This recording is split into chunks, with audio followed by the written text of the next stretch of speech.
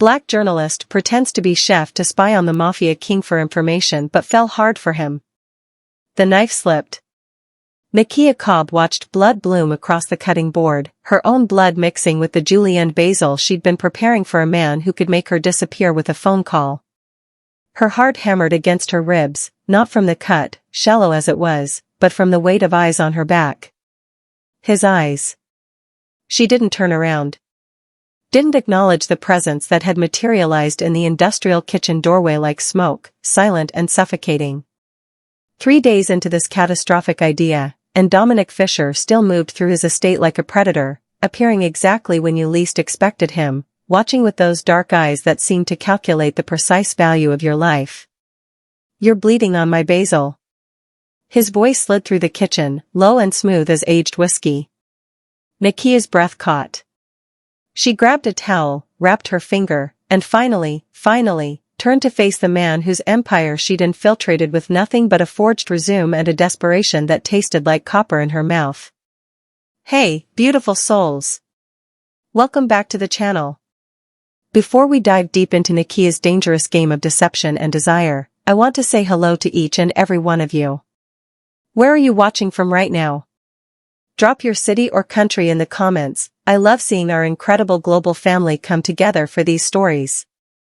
How are you doing today? I hope you're ready for a story that'll have your heart racing and your emotions all over the place, because this one is special. Quick question, have you subscribed to the channel yet? If not, what are you waiting for?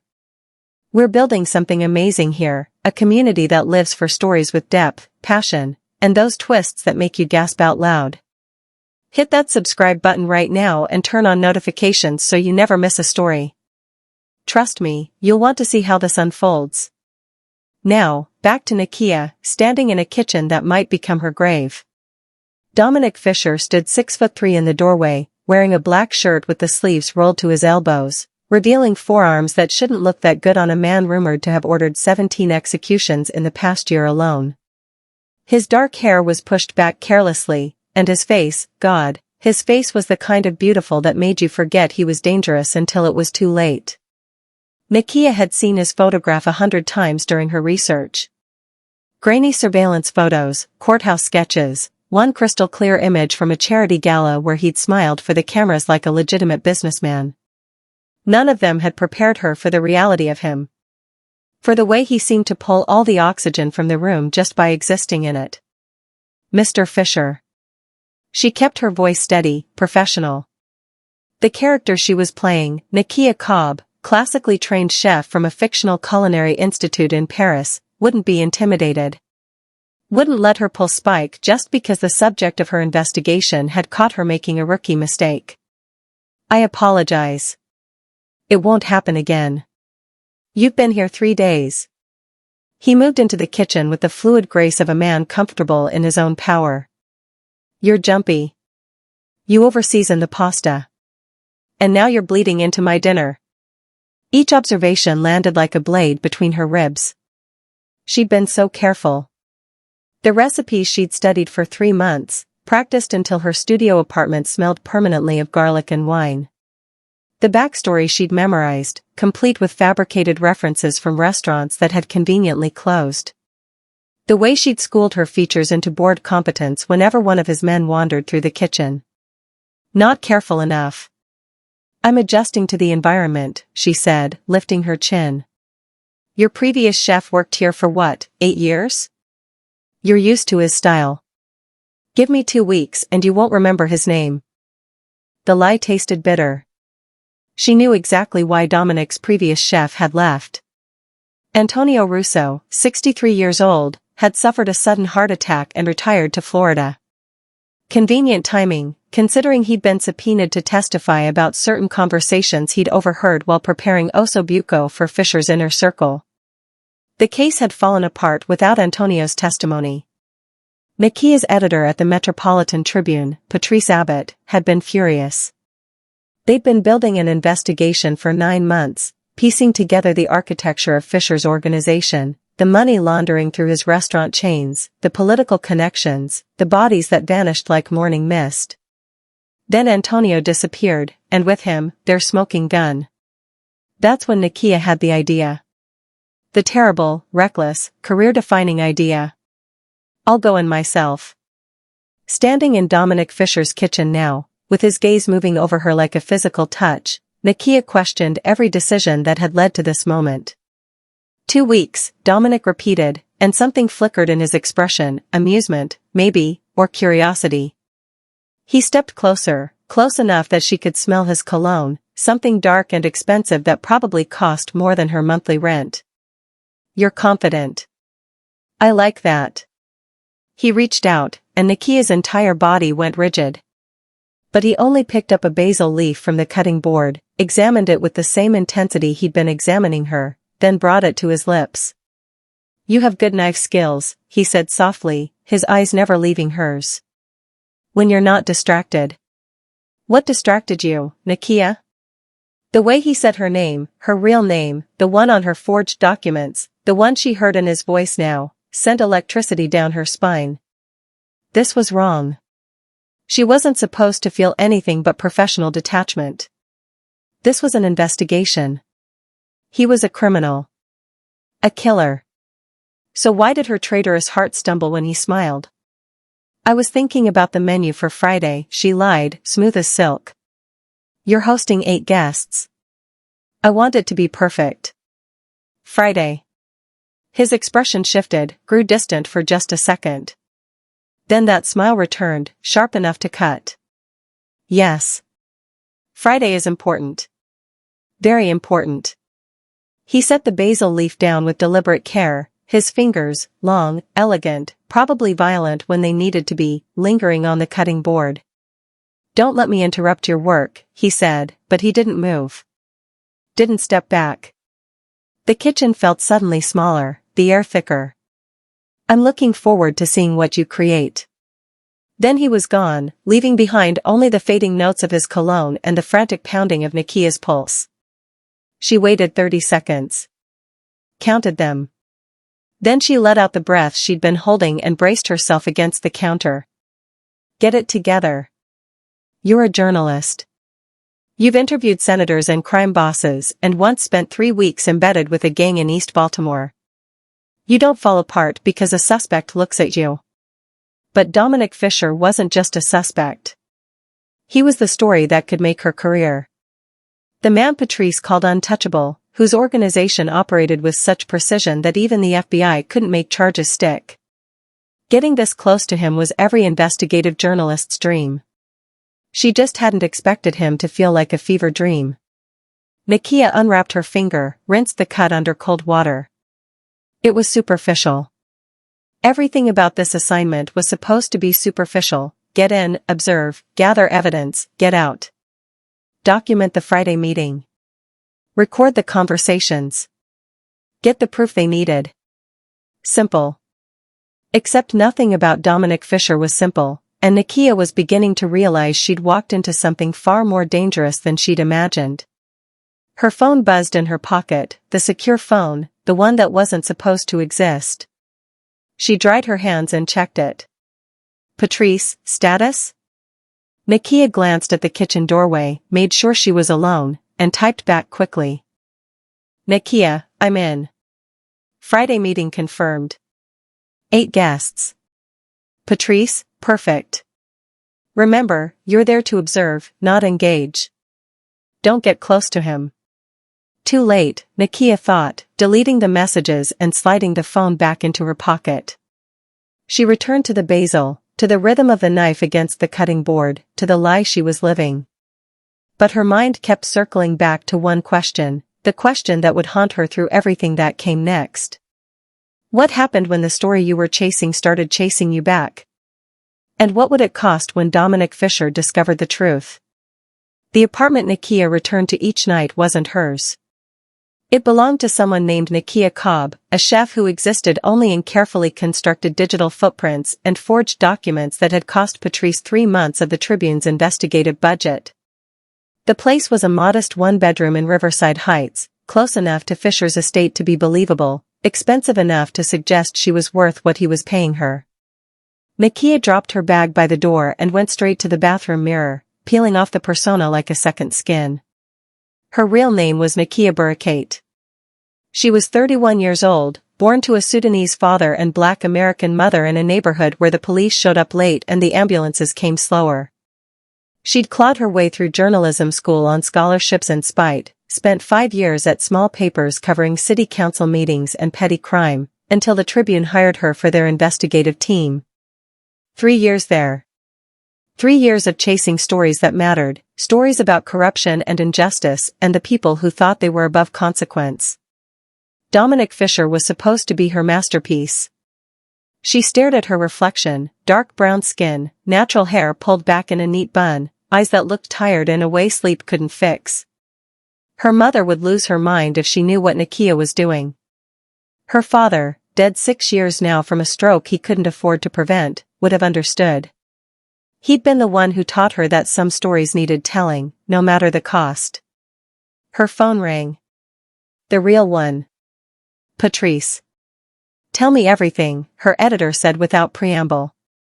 Nakia sat on the edge of the bathtub, suddenly exhausted.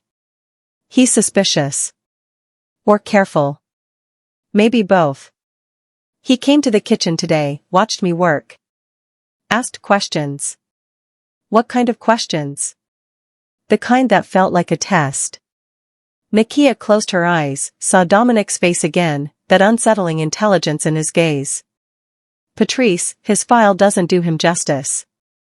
He's not some blunt instrument. He's strategic. Observant.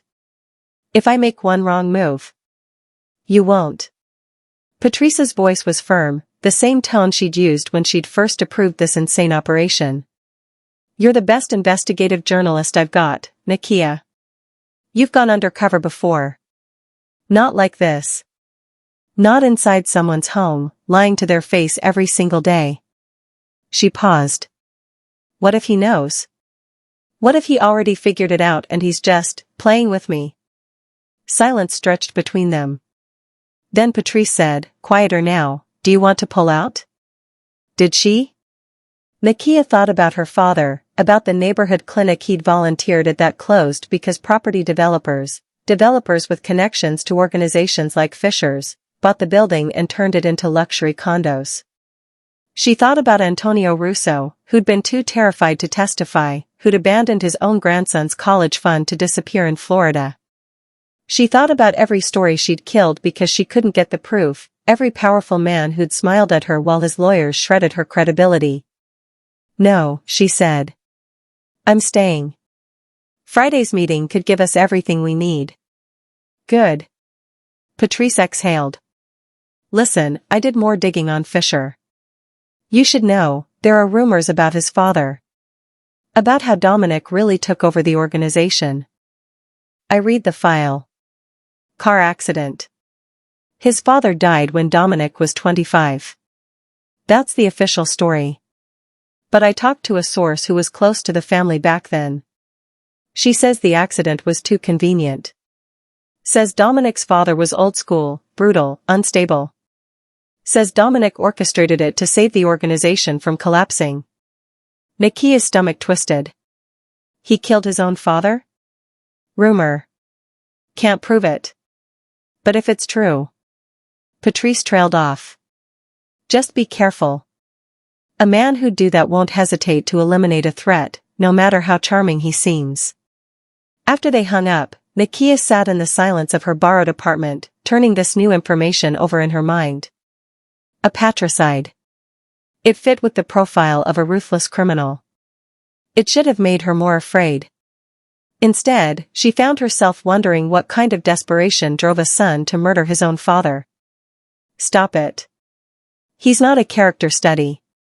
He's your subject. Your evidence. Nothing more. But sleep, when it came, was full of dark eyes and dangerous smiles. The next morning, Nakia arrived at the estate at 5 a.m. to prepare breakfast. The kitchen was her domain, and she'd learned to love these quiet hours before the house woke fully, when she could move freely and observe. She was whisking eggs when she heard footsteps. Not Dominic's measured tread. These were lighter, accompanied by humming. A woman appeared in the doorway, petite, maybe 60, with silver hair and warm brown skin, wearing a housekeeper's uniform and a smile that could melt ice. "You must be the new chef," she said, her accent carrying notes of the Caribbean. "I'm Rosa Brennan. I keep this madhouse running." Nakia returned the smile, genuine this time. "Nakia.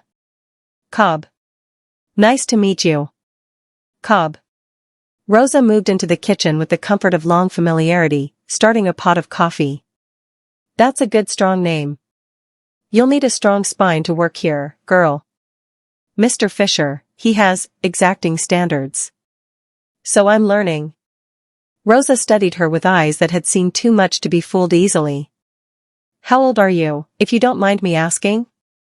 31. Same age as Mr. Fischer." Something shifted in Rosa's expression, a softness that surprised Nakia. "That boy. Man, I should say. I've worked for this family for 15 years. Watched him grow up. He's not what people think." Nakia's journalist instincts fired. This was it, the kind of human source that could provide context, color, the details that made a story breathe. She kept her tone casual. "What do people think?" "That he's a monster." Rosa poured 2 cups of coffee, handed one to Nakia. "Some days, I think he wants them to believe it. It's easier, you know? Being feared. Safer than being known." "And what do you think he is?" Rosa was quiet for a long moment, her gaze distant. "I think he's a man trying to survive the life he was born into. I think he carries ghosts." She focused on Nakia again, sharp and assessing. "You seem like a smart girl. You asking because you're curious, or because you're already half fascinated with him?" The question landed like a slap. Nakia felt heat rise in her cheeks. "I barely know him." Rosa's smile was knowing. "That's not an answer, is it?" Before Nakia could respond, another presence filled the kitchen. This one was different. Dangerous in a way that had nothing to do with attraction. The man was massive, 6'5" at least, built like he bench-pressed cars for fun, with pale skin covered in tattoos that crept up his neck and a face that looked carved from granite. His eyes, ice blue and cold, swept over Nakia with open suspicion. "Vincent Corleone," Rosa said, her warmth evaporating. "This is Nakia, the new chef." Vincent. Nakia knew that name. Dominic's head of security. Former military, rumored to have worked as an enforcer for the Russian mob before joining Fischer's organization. The file said he'd killed at least 6 people, though the charges never stuck. "Chef," Vincent said, his voice like gravel. "You're up early." "Fresh pasta waits for no one," Nakia replied, matching his intensity. She wouldn't show fear. Couldn't. Vincent moved closer, and Nakia forced herself to stand her ground. He picked up a piece of prosciutto from her prep station, examined it, ate it. The whole time, those cold eyes never left her face. "Mr. Fischer speaks highly of your work," he said. "Says you're talented. Confident." "I try to be." "Where'd you say you trained?" "Paris?" "Le Cordon Bleu. I can show you my credentials if..." "I've seen them." His smile didn't reach his eyes. "Very impressive. Very thorough." The way he said it made Nakia's blood run cold. Did he know? Had he found something in her background check, some crack in the facade? "Vincent," Rosa said sharply. "Stop terrorizing the staff. Don't you have actual work to do?" Vincent held Nakia's gaze for 3 more seconds, then stepped back. "Just being thorough myself, Rosa. Mr. Fischer's safety is my priority." He headed for the door, then paused. "Welcome to the family, chef. I'll be watching." The kitchen felt warmer after he left, like the sun had come out from behind storm clouds. "Don't mind him," Rosa said, but her voice was tight. "He's protective." Nakia's hands had started trembling. She clutched her coffee cup to hide it. "Is he always like that with new employees?" Only the ones who get close to Mr. Fischer. Rosa began organizing the pantry, a task that seemed designed to give her hands something to do. You want my advice? Do your job, don't ask questions, and for God's sake, don't get involved in things that aren't your business. People who get too curious in this house, they don't tend to stay long. It was a warning. A kindness, from a woman who didn't know that curiosity was exactly why Nakia was here. If you're enjoying this story and you're getting invested in Nakia's impossible situation, do me a favor and drop a comment below. Tell me, do you think she can pull this off, or is she in over her head? I love reading your predictions. That afternoon, Nakia was preparing the marinade for Friday's dinner when Dominic appeared again. This time, she was ready for him. Or she thought she was. Nakia. He leaned against the counter, casual in a way that probably took practice. Walk with me. It wasn't a request. She wiped her hands, untied her apron, and followed him out of the kitchen. Her mind raced through possibilities. Had Vincent found something? Was this the end? Would she disappear like the others, become a cautionary tale Patrice told the next foolish reporter? But Dominic led her through the house to a set of French doors that opened onto gardens she hadn't seen yet. The estate sprawled over 15 acres, and this section was clearly personal, rose bushes in full bloom, a small fountain, stone paths winding through carefully manicured greenery. Do you garden? He asked. The question was so unexpected that Nakia answered honestly. My mother does. Still does. Sorry, she has a small plot in the community garden near where I grew up. Where's that? She caught herself just in time. The backstory. Stay in character. Brooklyn. Bed-Stuy. Long way from Paris. They walked in silence for a moment. Nakia was hyper-aware of him beside her, the easy power in his movements, the way his presence seemed to command even the garden's attention. My mother loved roses, Dominic said quietly, stopping beside a bush heavy with deep red blooms. She died when I was 17. Cancer. After she was gone, my father let everything she'd planted die. Said gardens were a waste of time. Nakia heard the grief beneath his words, recognized it because she carried her own. I'm sorry. When I took over the house, I had them all replanted. Every single variety she'd loved. He touched a petal, gentle in a way that seemed at odds with everything she knew about him. Vincent thinks it's sentimental. Weak. Maybe it is. It's not weak to honor the people we've loved. He turned to her then, and the intensity in his gaze made her breath catch. You say that like you understand. My father, she said, the truth slipping out before she could stop it. He died 6 years ago.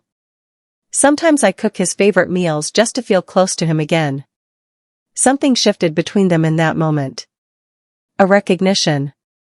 A connection that had nothing to do with the lies she was telling and everything to do with the truth underneath. What was his favorite meal? Dominic asked. Full medams. Fava beans with olive oil, lemon, garlic. He'd eat it for breakfast with fresh bread and laugh at my mother for making elaborate pancakes. Dominic smiled, and it transformed his face. Made him look younger. Almost vulnerable. Make it for me. It's not exactly gourmet cuisine. I don't want gourmet. I want to taste what made your father happy. His voice dropped, intimate. I want to know you, Nakia Cobb. The real you, not the chef performing in my kitchen. The irony nearly broke her. He wanted the real her, while she was wearing a lie-like armor, while she was planning to destroy him. Okay, she whispered, drowning in the impossibility of it all. I'll make it for you. As they walked back to the house, Nakia realized with growing horror that Patrice had been right to worry. She wasn't just getting close to Dominic Fischer. She was beginning to see him as human. And that was the most dangerous thing of all. Nakia made the full medams at dawn on Thursday, one day before the crucial meeting that was supposed to give her everything she needed. The kitchen filled with the scent of cumin and lemon, of garlic simmering in olive oil, of memories she hadn't allowed herself to touch in months. her father's laugh. The way he'd hum while cooking, off-key and joyful. The last breakfast they'd shared before the stroke took him, sudden and merciless, leaving her mother with medical bills that would take years to pay off. She was so lost in the past that she didn't hear Dominic enter. "It smells like home," he said softly. Nakia startled, nearly dropping the spoon. He stood in the doorway wearing dark slacks and a white shirt, sleeves rolled up, looking more relaxed than she'd ever seen him. It was barely 6 a.m. The house was quiet, the rest of the staff not yet arrived. Just the two of them. "I didn't expect you this early," she said. "I don't sleep much." He moved closer, drawn by the food or by her, she couldn't tell which. "Is this it?" "This is it. Nothing fancy. Just..." She gestured at the simple earthenware bowl, the beans glistening with olive oil, the chopped tomatoes and parsley, the warm pita bread on the side. Comfort. Dominic sat at the small kitchen table, the one the staff used, not the formal dining room where she usually served him. Nakia brought the food over, her heart doing something complicated in her chest as she watched him take the first bite. He closed his eyes. Chewed slowly. And something in his expression cracked open. "My mother made something similar," he said quietly. "Different spices, but the same feeling. Like love tastes, you know?" Nakia sat across from him, forgot for a moment that she was supposed to be gathering intelligence, that this was an assignment. "Tell me about her." "Lucia." His voice carried reverence. "She was the daughter of a baker, grew up in Naples. My father brought her to America when she was 19. She never wanted this life, the violence, the secrecy. She wanted to open a restaurant. A real one, legitimate. She had notebooks full of recipes, business plans. Why didn't she?" Dominic's jaw tightened. "My father wouldn't allow it. Said it would draw attention, make us look weak. He wanted her home, silent, decorative." He took another bite, and Nakia saw the muscle jump in his cheek. "When she got sick, he wouldn't even take her to the best hospitals. Said doctors asked too many questions. By the time I convinced him, it was too late." The grief in his voice was raw, real. Nakia reached across the table without thinking, covered his hand with hers. He looked at their joined hands, then at her face, and the intensity in his gaze made her forget to breathe. "Why did you really become a chef, Nakia?" he asked. The truth this time. Her pulse spiked. "I told you. You're classically trained, yes. Your resume is impeccable. But that's not why. People don't cook like you do, with this much heart, just because they went to school. They cook because they're trying to say something they can't put into words." He was too perceptive. Too close to seeing through her. But he was also wrong about what he was seeing. "I wanted to create beauty," she said, and it wasn't entirely a lie. Journalism was its own form of creation, of taking ugly truths and shaping them into something that could change the world. "I wanted to make things that mattered." "You do." His thumb brushed across her knuckles, a touch so light it might have been accidental. "This matters."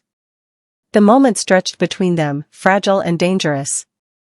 Nakia knew she should pull away, knew every second of this was a betrayal of her mission. But she couldn't move, trapped in the gravity of him. Then his phone shattered the silence.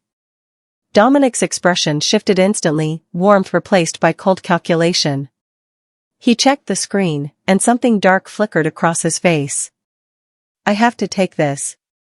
He stood, still holding her gaze. "Thank you. For the food. For the story. He paused. Just thank you." He disappeared into his office, and Nakia sat alone in the kitchen, her hand still warm where he'd touched it. "You're losing yourself. Focus." Friday. The meeting. "That's why you're here." She stood, began cleaning up, trying to rebuild the walls he'd somehow dismantled with breakfast and grief and that devastating almost smile. That's when she heard the shouting.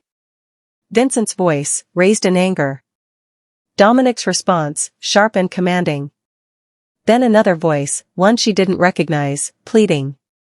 Nakia moved toward the office without thinking, journalist instincts overriding common sense. The door was slightly ajar.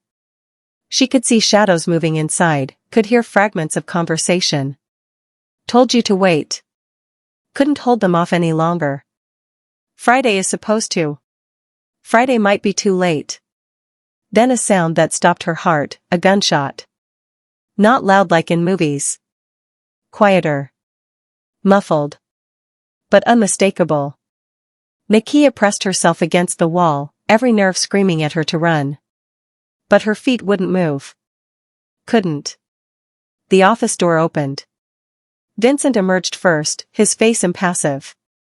Then two men she'd never seen before, carrying something wrapped in what looked like a rug.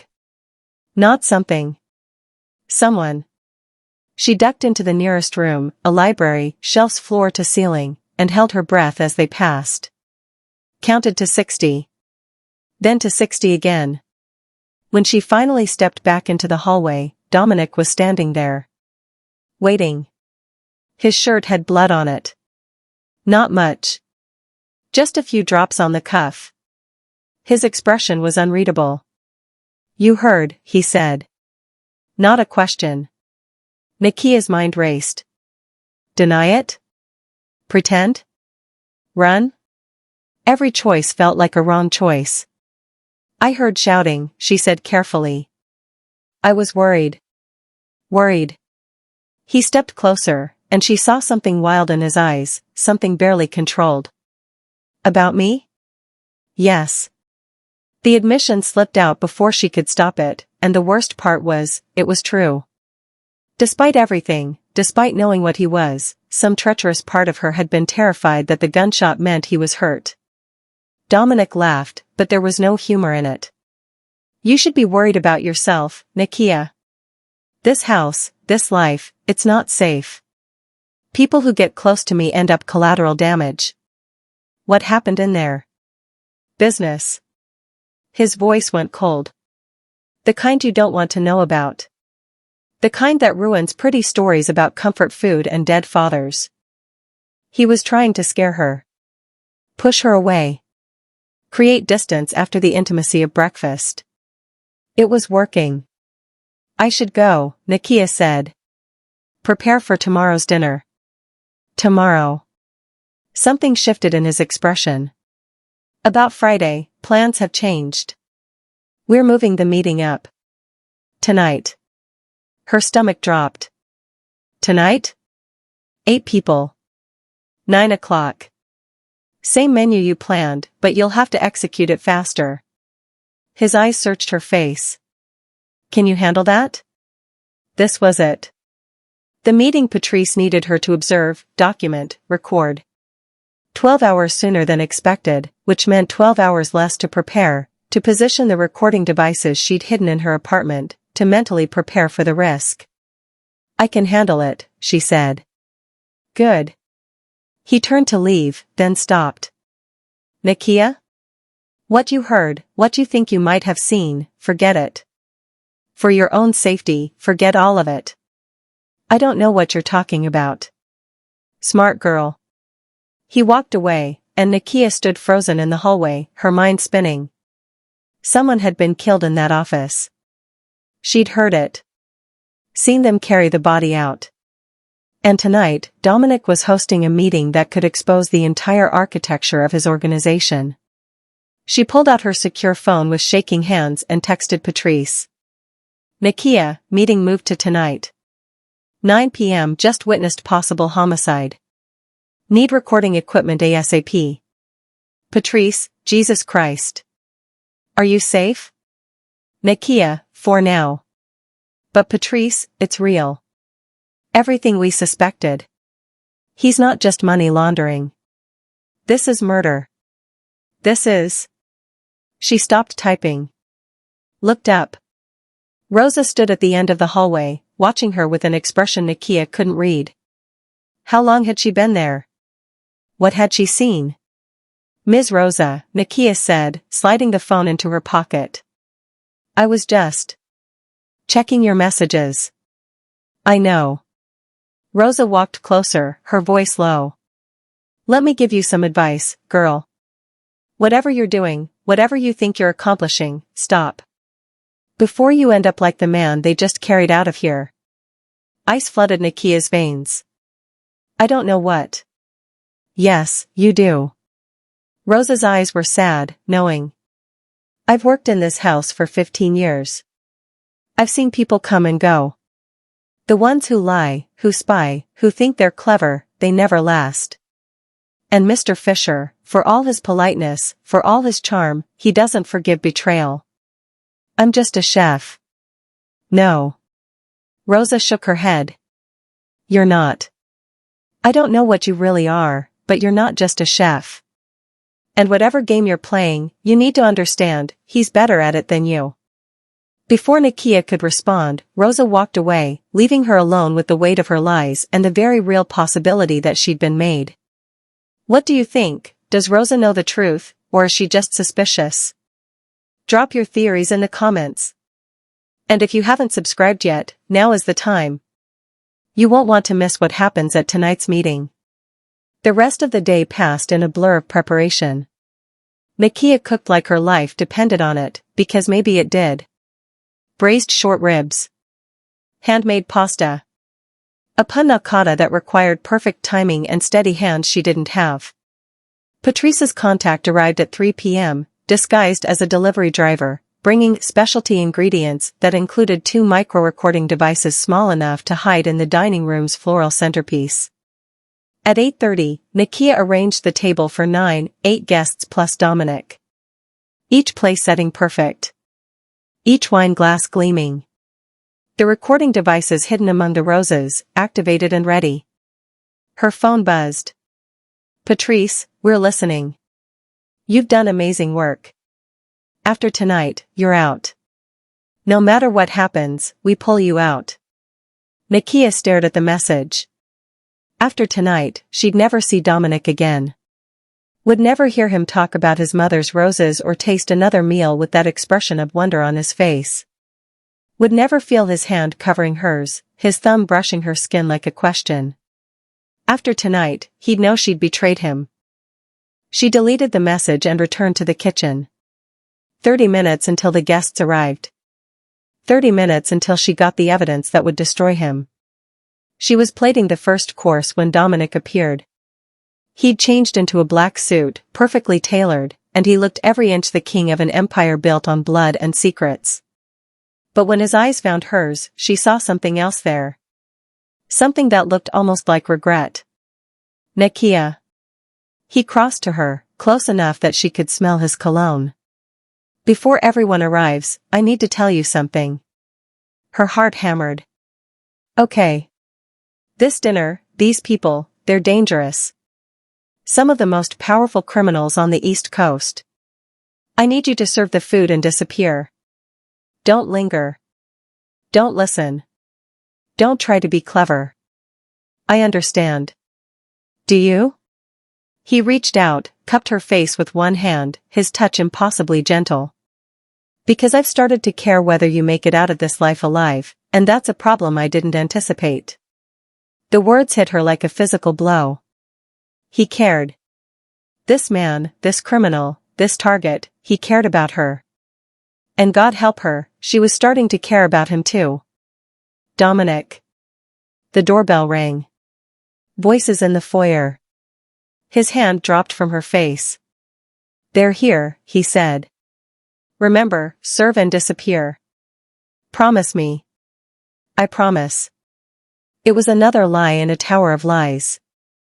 Because Nakia had no intention of disappearing. She was going to bear witness to everything. Even if it killed her. The dining room gleamed with old money and new menace. Nakia carried in the first course, seared scallops with cauliflower puree and crispy pancetta, while her heart tried to beat its way out of her chest. 8 men sat around the table, and the air felt thick with violence barely contained by expensive suits and false civility. Dominic presided at the head of the table, every inch the King Rosa had warned her about. To his right sat a silver-haired man with predator eyes who kept checking his watch. To his left, a younger man with a scar bisecting his eyebrow laughed too loudly at something that wasn't funny. She recognized 3 of them from her research. Carlo Mancini, who ran the dock unions. James Strode, a real estate developer with ties to offshore accounts in the Caymans. And at the far end, wearing a smile that made her skin crawl, Anthony Whitmore, a lawyer who specialized in making murder charges disappear. "Gentlemen," Dominic said as Nakia placed the first plate before him, "I brought you here tonight because we have a problem that requires immediate resolution." Nakia moved around the table, silent and efficient, playing the role of invisible servant. But her mind was cataloging every word, every face. The recording devices in the centerpiece were capturing it all, audio that would be transcribed, verified, cross-referenced. Evidence that could bring down not just Dominic, but the entire network. "The shipment," Carlo said, his voice gravelly from too many cigars. "The feds intercepted it." "Not intercepted." Dominic's tone was ice. "Tipped off." Someone talked. The temperature in the room dropped 10 degrees. Nakia set down the last plate, her hand steady despite the adrenaline screaming through her system. "You think we have a rat?" James Strode leaned back in his chair, casual, but his eyes were sharp. "Someone at this table?" "Not at this table." Dominic lifted his wine glass, studied it. "But close to it. Someone in one of our organizations has been feeding information to the FBI. We've narrowed it down to 3 possibilities." Nakia's breath caught. This was it, the kind of conversation that could crack the entire operation open. She should leave. Should follow Dominic's instructions and disappear into the kitchen. Instead, she moved to the sideboard, began arranging the next course with meticulous slowness. 3. Anthony Whitmore dabbed his mouth with a napkin. "Do we have names?" "Better." Vincent appeared from the shadows near the door. When had he arrived, carrying a tablet? "We have photographs." Nakia's blood ran cold as Vincent pulled up images on the screen. 3 faces. 3 people who were about to become targets. One of them was a woman. Young, maybe 25, with kind eyes and a nervous smile. "Maria Santos," Vincent said. "Low-level accountant in the Mancini operation. She's been meeting with an FBI agent every Tuesday at a coffee shop in Brighton Beach." Carlo's face went purple. "That little bitch. I gave her a job when nobody else would." Then there's David Chen. Another photo. A middle-aged man with glasses. Works in Strode's development company. His phone records show calls to a burner number we've traced to the federal building. And the third? This from a man Nakia didn't recognize, someone who'd been silent until now. "Thomas Kelly. One of my restaurant managers." Dominic's voice was flat, emotionless. "He's been copying financial records. We found his access logs. He's been thorough." Nakia's hands trembled as she began plating the pasta. 3 people. 3 lives that were about to end because she was listening, because the FBI had been investigating, because... Wait. Thomas Kelly. She knew that name. Patrice had mentioned him weeks ago, during the initial planning stages. A potential source who'd gone quiet. They'd assumed he got scared, backed out. What if he hadn't backed out? What if he'd been working his own investigation, gathering his own evidence? What if he was about to die for doing exactly what she was doing? "What's the recommendation?" Carlo asked, his voice eager in a way that made Nakia want to vomit. Simultaneously, Vincent said. "Tonight. All 3. Make it look like accidents. Send a message without sending a message." The men around the table nodded. Casual. Like they were discussing stock portfolios instead of murder.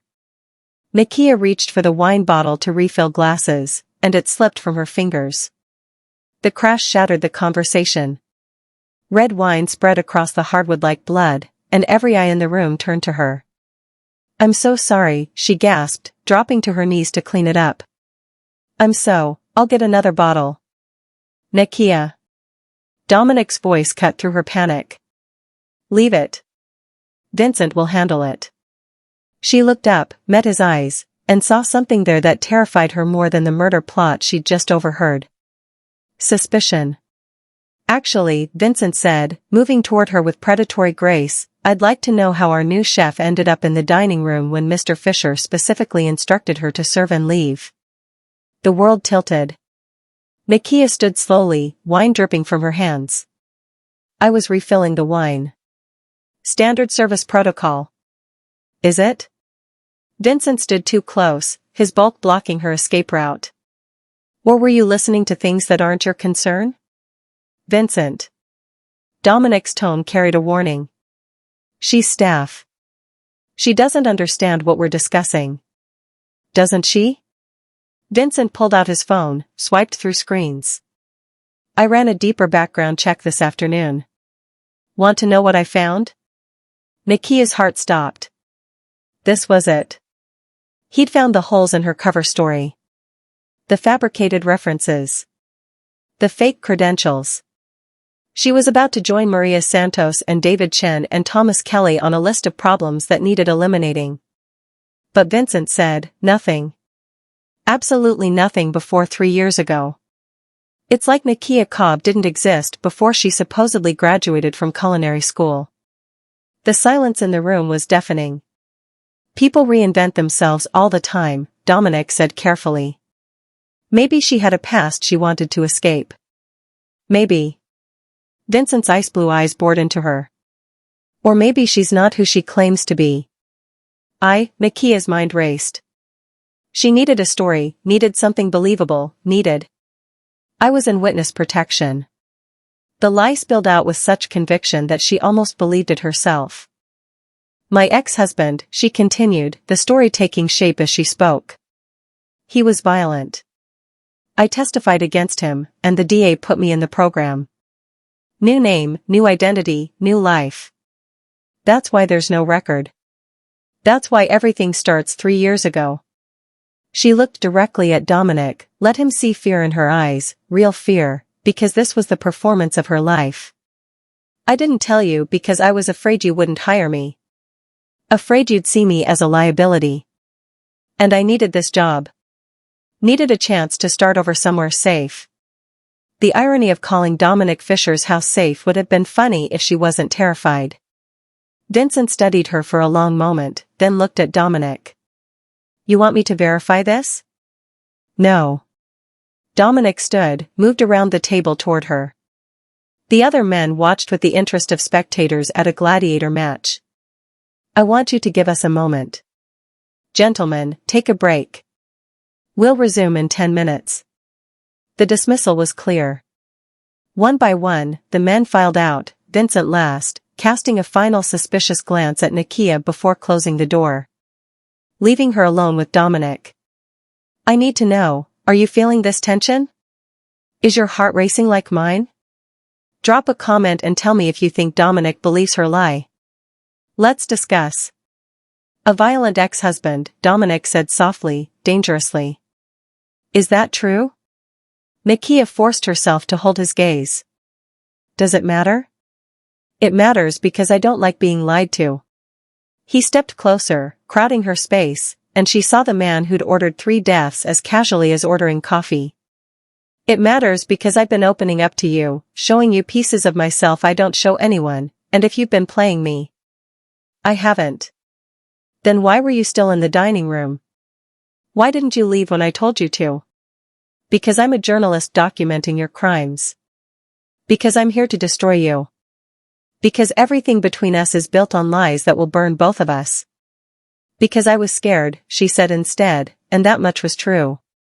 Because you said those men were dangerous, and I wanted to make sure you were safe. Because She stopped. Couldn't finish the sentence. Dominic's hand came up, fingers threading into her hair, tilting her face up to his. Because what, Nakia?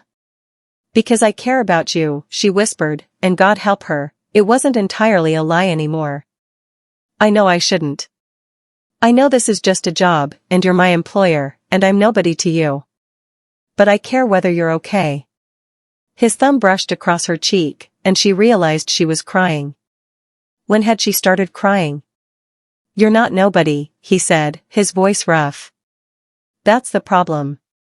You're becoming somebody, and people I care about in this life, they become targets. They get hurt. They die. Like your mother. Like my mother. Like," he stopped, something dark crossing his face.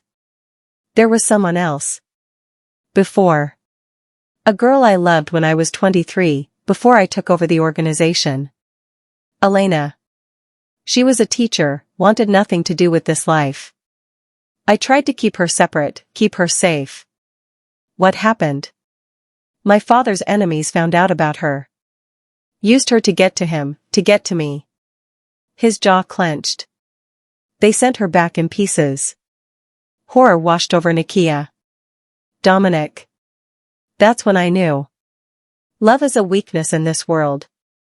Caring is a liability. So I stopped. Built walls. Became exactly what everyone expected, cold, calculating, untouchable." His eyes searched hers. "And then you walked into my kitchen, bleeding on my basil, and I started to feel things I swore I'd never feel again." The confession hung between them, fragile and devastating. Nakia knew she should pull away. Should remember the recording devices, the evidence being collected, the 3 people whose lives she might be able to save if she could just get word to Patrice in time. Instead, she leaned into his touch. "I'm not Elena," she said. "I'm not fragile. I've survived worse than you know." "Have you?" "You'd be surprised." His laugh was bitter. "I doubt that. You have no idea what this life entails, Nakia. What I am. What I've done. If you knew. I heard you in that meeting. I heard you order those deaths." She shouldn't have said it. But the words came out anyway, honest and raw. Dominic went very still. And I'm still standing here. Still letting you touch me. Still," she closed her eyes. "Still wishing things were different." "Different how?" "Different so that maybe we could have been real. In another life. If you were someone else and I was someone else and the whole world was different." When she opened her eyes, his face was inches from hers. "What if I told you I'm trying to be someone else?" he said quietly. "What if I told you that meeting, those men, they're the old guard. The way my father did things. And I'm trying to build something different?" "Different how?" "Legitimate. Legal. I've been moving money, restructuring the businesses. In 6 months, maybe a year, I could be out. Clean. Free." His forehead rested against hers. "What if I told you I'm doing it because I'm tired of being the monster? That I want the chance to be the kind of man who could deserve someone like you?" Nakia's heart shattered. Because if he was telling the truth, if he really was trying to go legitimate, then she was about to destroy him for crimes he was attempting to leave behind. And if he was lying, if this was manipulation, a performance to gain her trust, then she was the fool falling for it. "I don't know what to believe," she whispered. "Neither do I." His lips brushed her temple, feather-light. "But I know I haven't felt this alive in years. I know that when I look at you, I remember what it was like to hope. And I know that's dangerous for both of us." Footsteps in the hallway. Vincent's voice calling Dominic's name. They broke apart, the moment dissolving like morning mist. "I have to finish this meeting," Dominic said, his mask sliding back into place. "Go home, Nakia. Don't come back tonight. It's not safe." "What about Maria Santos? David Chen? Thomas Kelly?" His expression went cold. "Not your concern. You're going to kill them. I'm going to protect my organization. That's what kings do. And if there was another way? If you could find the leak without killing innocent people?" "Innocent?" He laughed, sharp and bitter. "Nobody in this world is innocent, Nakia. Not them. Not me." His eyes held hers. "Not you. The words landed like a slap. Before she could respond, he turned and walked back to the dining room, back to the men planning murders, back to the life he claimed he wanted to escape. Nakia stood frozen for 30 seconds. Then she ran. She made it to her car before she pulled out the secure phone. Nakia, 3 targets. Maria Santos, David Chen, Thomas Kelly. Hits ordered for tonight. You need to warn them now. Patrice, we got it. The recordings. Holy shit, Nakia, you did it. We have everything we need. Nakia, forget the story. Save them. Please. Patrice, already on it. FBI's been notified. They'll be in protective custody within the hour. Nakia slumped against the steering wheel, relief and horror warring in her chest. She'd done her job. Got the evidence. Would save 3 lives. And in the process, she'd fallen for the man she was about to destroy. Her phone buzzed again. Different number. Unknown. She answered without thinking. Hello? Did you really think I wouldn't know? Vincent's voice, cold as death. Did you really think you could lie to me? Every muscle in her body locked. I don't. I know who you are, Nakia Barakat. Investigative journalist, Metropolitan Tribune. I know why you're here. And I know what you did tonight. The world tilted. Here's what's going to happen, Vincent continued. You're going to disappear. Right now. Run as far and as fast as you can. Because when Mr. Fischer finds out what you really are, when he learns you've been using him, recording him, betraying him, not even I will be able to save you. You're helping me? I'm helping him. Because you've made him soft, made him weak, and if he has to kill you himself, it'll destroy what's left of his humanity. Vincent's voice dropped. Run, journalist. And pray he never finds you. The line went dead. Nakia sat in her car, in the dark, her whole body shaking. She'd won. She had the story. She'd saved 3 lives. So why did it feel like she'd lost everything that mattered? Nakia drove for 20 minutes before she realized she wasn't running away. She was circling back. This is insane. Vincent told you to run. Patrice is pulling you out. You have the story. Get out while you still can. But her hands kept turning the wheel, kept pointing the car back toward the estate, back toward Dominic.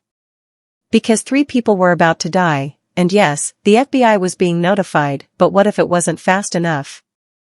What if Vincent's warning meant he'd already discovered the recording devices? What if Dominic was in danger from his own people once they realized there'd been a leak? What if she'd just destroyed the one man who'd made her feel something real in years? She parked 2 blocks away and approached the estate on foot, her heart a war drum in her chest. The security lights blazed, but she knew the blind spots now, the gaps in coverage that the gardeners used for smoke breaks. She was 20 feet from the garden entrance when she heard the screaming. Not pain. Rage. Dominic's voice, roaring through the night, where is SHE? Nakia froze. He knew. Sir, please, Vincent's voice, closer to the house. Don't. You knew. You've known this whole time, haven't you? A crash. Breaking glass. More shouting. Nakia crept closer, staying in the shadows, until she could see through the French doors into Dominic's office. The room was destroyed. Desk overturned. Books scattered. And in the center of it all, Dominic held something small and black in his hand. The recording device. Vincent stood near the door, hands raised placatingly. I was trying to protect you. By letting a journalist into my house? Into my life? Dominic's laugh was broken, jagged. How long have you known what she was? Since the 2nd day. Her background check had holes. I dug deeper, found her real identity. And you didn't tell me? Because I wanted to see what she was after. Vincent's composure finally cracked. Because for the first time in 8 years, I saw you smile like you meant it. Because she was making you human again, and I thought maybe we could use that. Use it? Dominic's voice went deadly quiet. Use what, exactly? Your exit strategy. Going legitimate. You think the old guard would ever let you walk away? You think Carlo and James and the others would just smile and wave while you dismantle everything? Vincent stepped closer. But a journalist with evidence? That's leverage. That's protection. If anything happens to you, the story goes public. It's insurance. Nakia's mind reeled. Vincent had known all along. Had been protecting her, using her, playing a game she hadn't even known existed. Insurance, Dominic repeated. He looked at the recording device, then threw it against the wall where it shattered into pieces. She was never real. Everything, the conversations, the breakfast, the way she looked at me like I was more than a monster, it was all a lie. Are you sure about that? The new voice made everyone turn. Rosa stood in the doorway, her usual warmth replaced by steel. In her hand, she held a tablet. You should see this before you do something you'll regret, she said, pulling up security footage. From tonight. After the meeting. She pressed play. The screen showed Nakia in her car, illuminated by the interior light. They watched her make the phone call to Patrice, watched her slump against the steering wheel, watched her cry. Then Vincent's call. They couldn't hear the audio, but they could see Nakia's face, the fear, the confusion, the devastation. And then, instead of driving away, they watched her circle back. Rosa fast-forwarded to another camera. This is from 3 minutes ago. The footage showed Nakia approaching the estate, moving through the gardens. Heading back toward danger instead of running from it. If she was just using you, Rosa said quietly, why would she come back? Vincent warned her. Told her to run. But she's out there right now, risking everything to, what? Why would she do that, Mr. Fischer, unless some part of what you shared was real? Dominic stared at the screen, his expression unreadable. Then he looked up, looked directly at the camera Rosa was holding. Looked directly at where Nakia was hiding. She's watching us right now, isn't she? He said. You can see the garden camera feed from here. You knew she was there. Rosa smiled sadly. I've been watching people underestimate each other in this house for 15 years. I'm tired of it. Dominic turned and walked straight toward the French doors. Straight toward Nakia. She could run. Should run. But her feet were rooted to the ground as he stepped out into the garden, his eyes finding her in the shadows with predatory precision. Hello, Nakia Barakat. Her real name sounded like a weapon in his mouth. Investigative journalist. Here to destroy my life. Dominic. Don't. He closed the distance between them in 3 strides. Don't say my name like it means something. Don't pretend any of this was real. It was real. The words burst out of her. I came here to use you, yes. To get a story. But what happened between us? Was me being a fool? His face was inches from hers, and she saw the betrayal there, raw and bleeding. Tell me something. This morning. The full Medams. Your father's story. Was any of that true? Yes. The witness protection lie? No. The part where you said you cared about me? Nakia's throat closed. Yes. God help me, yes, that was true. He laughed bitterly. And I'm supposed to believe that? The woman who's been recording my conversations, documenting my crimes, building a case to send me to prison, she cares about me? I don't expect you to believe anything. I don't, she stopped, tried to control her voice. I did what I came here to do. I got the evidence. But those 3 people, Maria, David, Thomas, they're innocent. Or as innocent as anyone in your world gets. And I couldn't let them die. So you called the FBI. Warned them. Saved 3 lives while destroying mine. You ordered their deaths. I ordered nothing. His roar echoed through the garden. Did you stay for the whole meeting, journalist? Did you listen to the end? Or did you run off to file your story the second you had your headline? Nakia went still. What? Dominic pulled out his phone, pulled up a recording, his own recording of the meeting, and played it. His voice came through the speaker. These 3 people are risks. According to Vincent's intelligence, they've been compromised. But I won't order executions without proof. We investigate further. We verify. And if they're truly feeding information to the FBI, we offer them a choice: join witness protection with our blessing, or face consequences. But we don't murder people on suspicion alone. Carlo's angry response: You've gone soft, Fischer. I've gone strategic. My father's way, killing first, asking questions never. That's why his organization was constantly at war. I'm building something different. We do this smart. The recording ended. Nakia stared at him, her entire world tilting. You were going to save them. I was going to give them a choice. A way out. His eyes were dark with fury and pain. But you assumed. You heard what you expected to hear, saw what you came here believing about me, and you didn't wait for the truth. She couldn't breathe. Vincent said.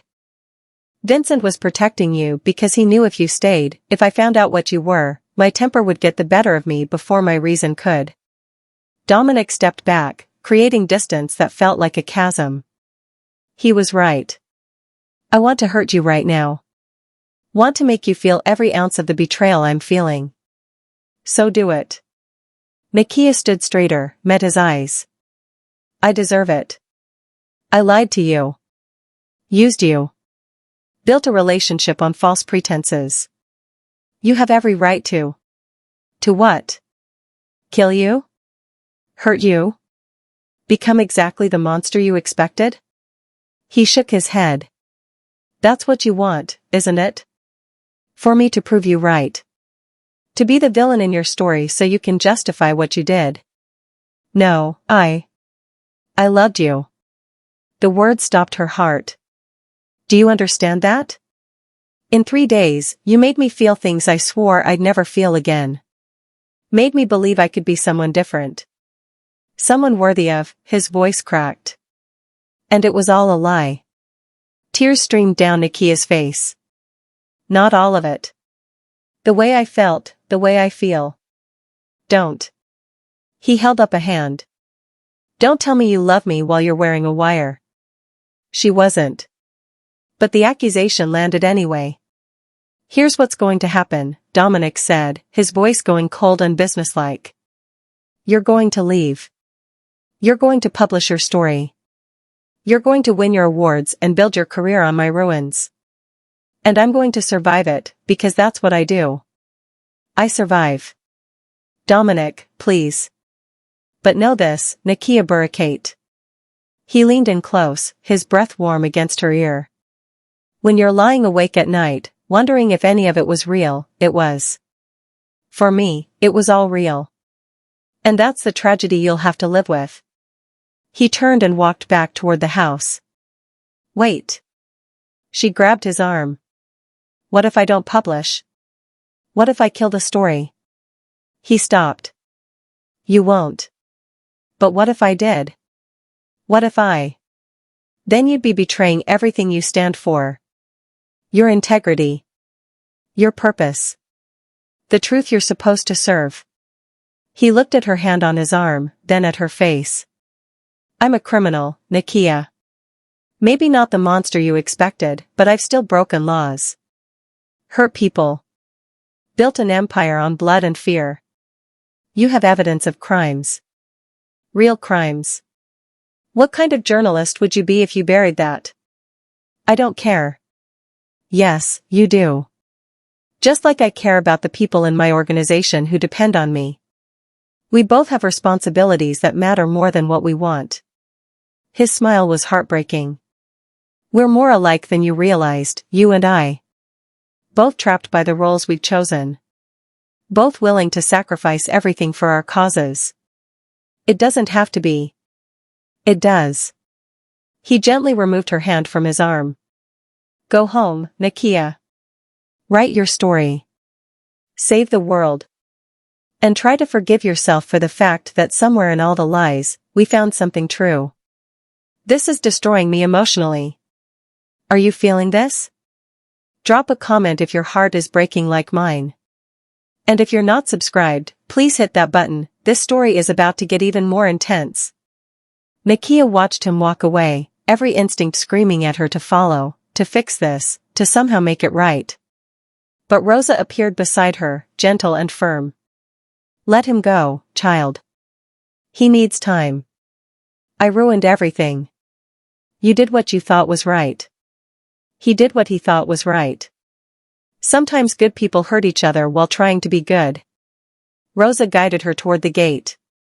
But this isn't over. Not yet. He'll never forgive me. Won't he? Rosa's smile was cryptic. That man has spent 8 years building walls around his heart. You knocked them down in 3 days. You think he'll just let you walk away? He told me to leave. And you're still here. Interesting. Rosa opened the gate. Go home. Rest. Tomorrow, everything changes. What do you mean? You'll see. Rosa's eyes gleamed with something that might have been hope. Trust me. The story isn't over until it's over. And this one? It's far from over. Nakia drove home in a daze. Let herself into her real apartment, not the staged one for Nakia Cobb, but her actual home across town. Patrice was waiting in the hallway. You're alive, her editor said, relief and fury mixing in her voice. Do you have any idea how terrified I was? You disappeared, stopped answering your phone. I need to kill the story. Patrice blinked. What? The recordings. The evidence. All of it. We can't publish. Are you out of your mind? This is the story of the decade. Fischer's entire organization is trying to go legitimate. He's restructuring. Moving away from crime. And the recordings? They don't show what we thought they showed. Nakia sank onto her couch. I got it wrong, Patrice. I went in with assumptions and I saw what I expected to see instead of what was really there. The man ordered 3 executions. He didn't. If you listen to the full recording, he refused. He was trying to do it differently. She looked at her editor, her friend. We can't publish this. It would destroy a man who's trying to change. Patrice sat down slowly. You fell for him.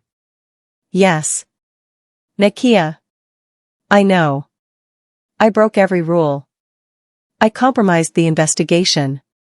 Her voice broke. I fell in love with my subject, and now I can't tell the difference between what's real and what I want to be real. What does he want? For me to publish. To do my job. To be the journalist I'm supposed to be. Patrice was quiet for a long moment. Then she said, what if there's a third option? What do you mean? What if we don't publish the exposé, but we don't kill it completely either? She pulled out her own phone, scrolled through notes. What if we write a different story? About a criminal organization trying to go legitimate? About the complications of redemption? About the gray areas between right and wrong? Hope flickered in Nakia's chest. A redemption piece instead of a takedown. It's still the truth. Just a different angle of it. Patrice met her eyes. But you need to talk to him. Get his side. Do this right. He won't talk to me. He hates me. Does he? Because a man who hates you doesn't tell you to do your job. He tells you to burn in hell. Patrice stood. Sleep on it. Tomorrow, we figure out how to fix this mess you've made. After Patrice left, Nakia sat in the dark, Dominic's words echoing in her mind. When you're lying awake at night, wondering if any of it was real, it was. For me, it was all real. She pulled out her phone. stared at it for 10 minutes. Then she typed a message to a number she shouldn't still have. Nakia, I'm sorry. For everything. You deserved honesty. You deserved better than my lies.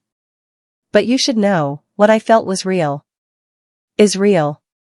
And if you'll let me, I want to tell your story the right way. Not as a villain. As a human being trying to be better. You don't have to respond. But I had to say it. She hit send before she could second-guess herself. Waited. 1 minute. 5. 10. Then, at 2 in the morning, her phone rang. Unknown number. Her hand shook as she answered. Hello? You want to tell my story? Dominic's voice, rough like he'd been shouting. Or crying. Then you need to know all of it. The parts one haven't told anyone. The parts that make me human and the parts that make me a monster. Okay. Meet me tomorrow. Noon. The park on Riverside and 5th. Come alone. No wires. No recordings. Just you and me and the truth. I'll be there. Nakia? His voice softened. I'm still angry. Still hurt. Still not sure I can forgive this. I know. But Rosa's right about one thing. This isn't over. Not yet. The line went dead. And for the first time in hours, Nakia could breathe. The park was empty at noon on a Thursday, the kind of urban green space where mothers brought children in the afternoons and joggers circled in the mornings, but at midday, it belonged to ghosts and secrets. Nakia arrived 15 minutes early, her palms sweating despite the cool October air. She'd chosen her outfit carefully, jeans, a simple sweater, nothing that screamed journalist or spy or liar. Just herself. Whoever that was anymore. Dominic was already there. He sat on a bench overlooking the river, wearing dark jeans and a leather jacket, looking less like a crime lord and more like a man who'd forgotten how to sleep. The shadows under his eyes matched hers. You came early too, she said, approaching slowly. Couldn't stay away. His laugh was hollow. Apparently that's my weakness. You. She sat beside him, careful to leave space between them. Close enough to talk, far enough to hurt. Thank you for agreeing to this, she said. Don't thank me yet. You might not like what you hear. He stared out at the water, his profile sharp against the gray sky. You wanted the truth? The whole truth? Here it is, my father didn't die in a car accident. Nakia's breath caught. I know. Patrice told me there were rumors. Not rumors. Facts. His voice was flat, emotionless. I killed him. Tampered with his brakes, made it look like mechanical failure. I was 25 years old, and I murdered my own father because he was going to get us all killed with his recklessness. The confession hung between them, brutal and honest. He'd started a war with the Calabrese family. Killed one of their soldiers over a perceived slight. They were coming for all of us, my sister, my mother was already gone but he was destroying her memory, the organization was fracturing. Dominic finally looked at her. So I made a choice. Him or everyone else. I chose everyone else. Your sister, Nakia said softly. You never mentioned. Isabella. She's 26 now. Lives in California under a different name, married to a doctor, 2 kids. She thinks our father died in an accident and that I'm a venture capitalist. His smile was bitter. I send her money every month through a trust. She has no idea where it really comes from.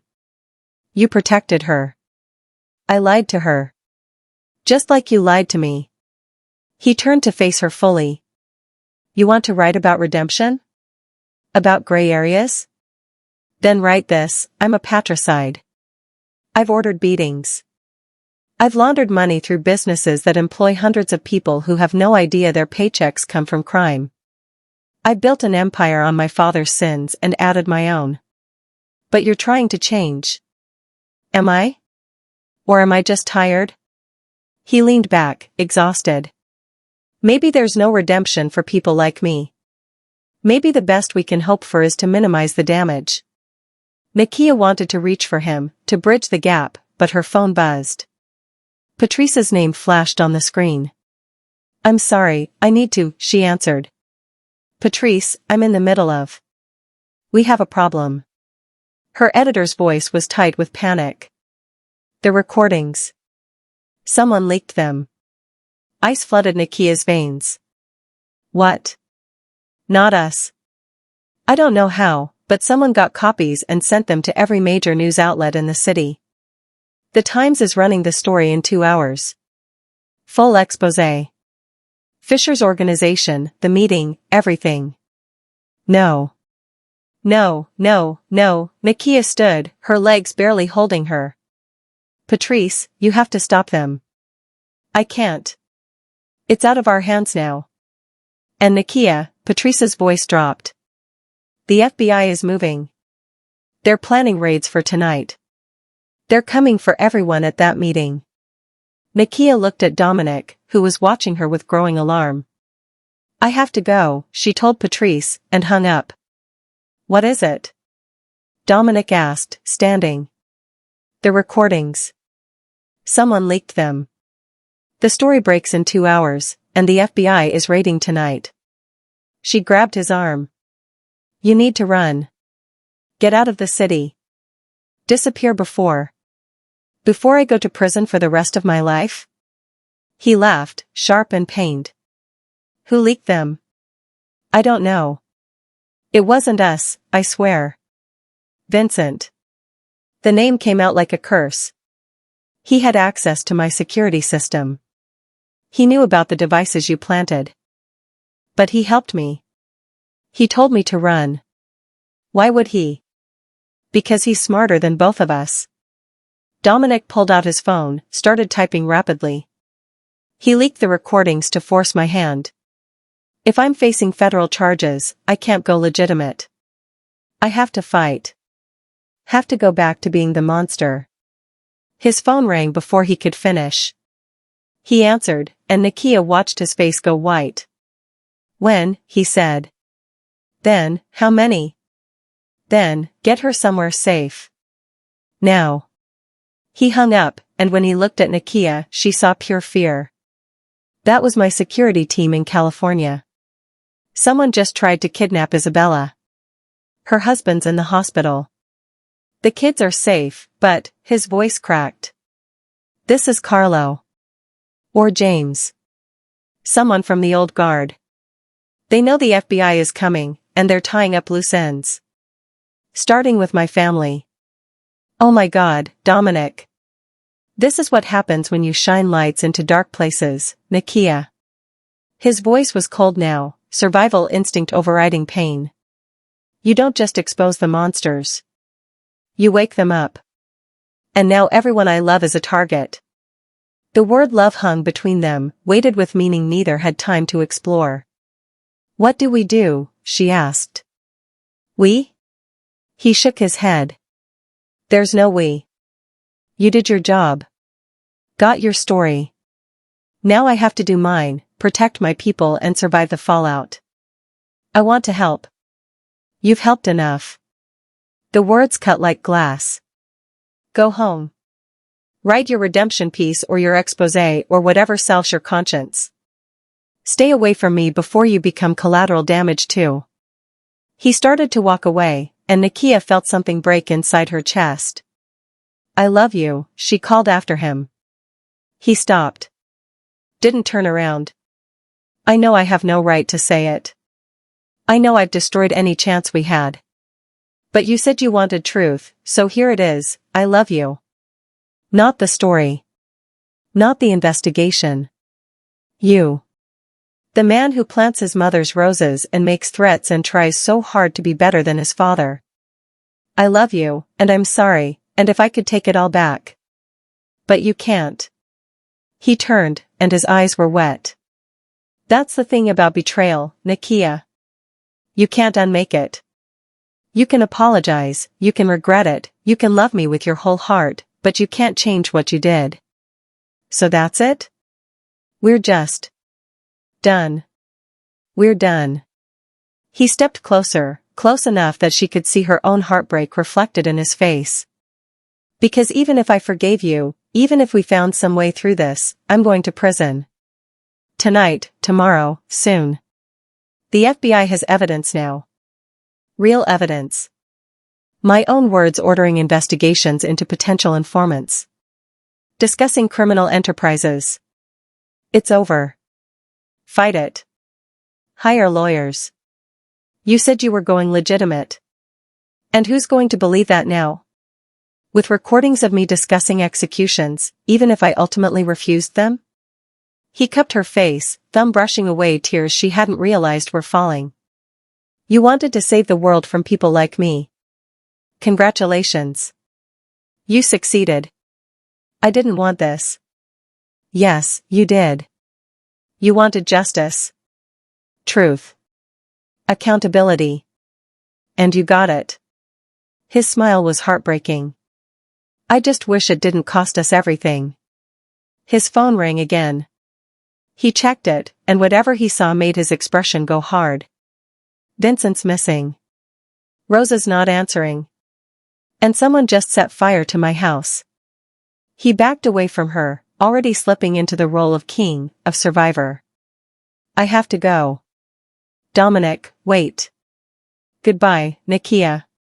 He turned and ran, leaving her alone in the empty park with the taste of ashes in her mouth. Nakia's phone exploded with notifications. The story had broken early. The Times had published. Crime Lord's chef, how an undercover journalist infiltrated the Fischer organization. Her stomach dropped. That wasn't her story. That wasn't her angle. She opened the article with shaking hands. It was a hatchet job. Every private conversation she'd had with Dominic, every vulnerable moment, twisted into evidence of manipulation and criminal enterprise. The breakfast conversation about his mother, framed as him trying to gain sympathy.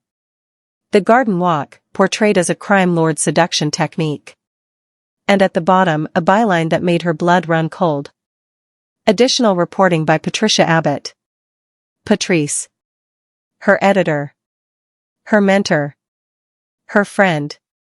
Had written the exposé anyway, using Nakia's access, her notes, her betrayal, and made it worse. Nakia called her immediately. What did you do? My job, Patrice said, unapologetic. You got cold feet.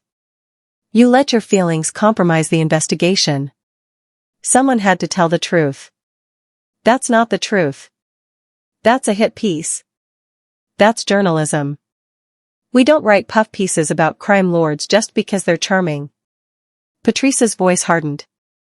You're too close to this, Nakia. I did what needed to be done. You used my work. My research. You made me a part of this. You made yourself part of this the second you went undercover. Did you think there wouldn't be consequences? Did you think you could play both sides? I trusted you. And I trusted you to be a journalist, not a lovesick fool. Patrice sighed. Look, this story is going to win awards. It's going to make both our careers. In 6 months, you'll thank me. I'll never forgive you. Then don't. But you'll still cash the checks.